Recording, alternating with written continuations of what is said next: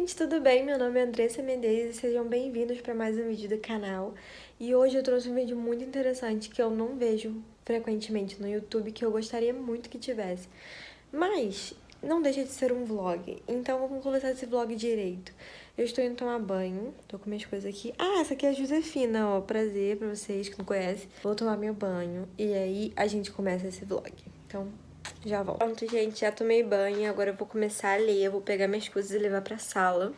Ou seja, pegar meu óculos, que eu sou cega, e o meu Kindle, porque o livro que eu... Nossa, deixei a câmera assim, né? Enfim, o livro que eu estou lendo agora tá aqui no Kindle.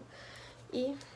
a minha arma de choque, porque eu moro sozinha e é necessário, só isso mesmo. Agora eu vou falar um pouco sobre o que eu quero trazer nesse vídeo, porque eu ainda não falei. Que eu sempre pesquisei no YouTube e nunca encontrei. Vídeos onde as pessoas estavam fazendo coisas que eu gostaria de fazer e eu queria ver as pessoas fazendo enquanto eu fizesse também, entendeu? Tipo assim, eu ficava...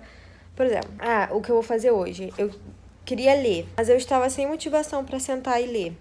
Então, o que eu queria fazer? Queria colocar alguém lendo num canal no YouTube pra pessoa ficar lendo e eu ficar lendo aqui, entendeu? Era isso que eu queria fazer. Só que eu nunca achei vídeos assim. Muito raro eu encontrar vídeos assim.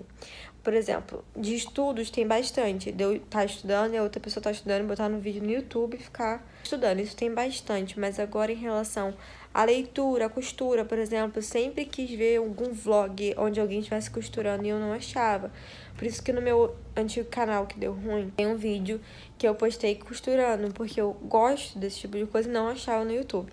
Então hoje eu vim trazer um Leia Comigo. Inventei, se não existe eu inventei. Se existe, me desculpe, mas é isso, um Leia Comigo. Provavelmente deve existir, eu só não conheço. E eu vou estar lendo no meu Kindle e eu vou deixar vocês me vendo, lendo.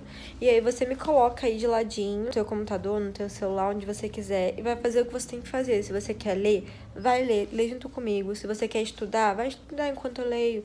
Bota do lado pra você ficar me vendo e ter aquela motivação de fazer alguma coisa também.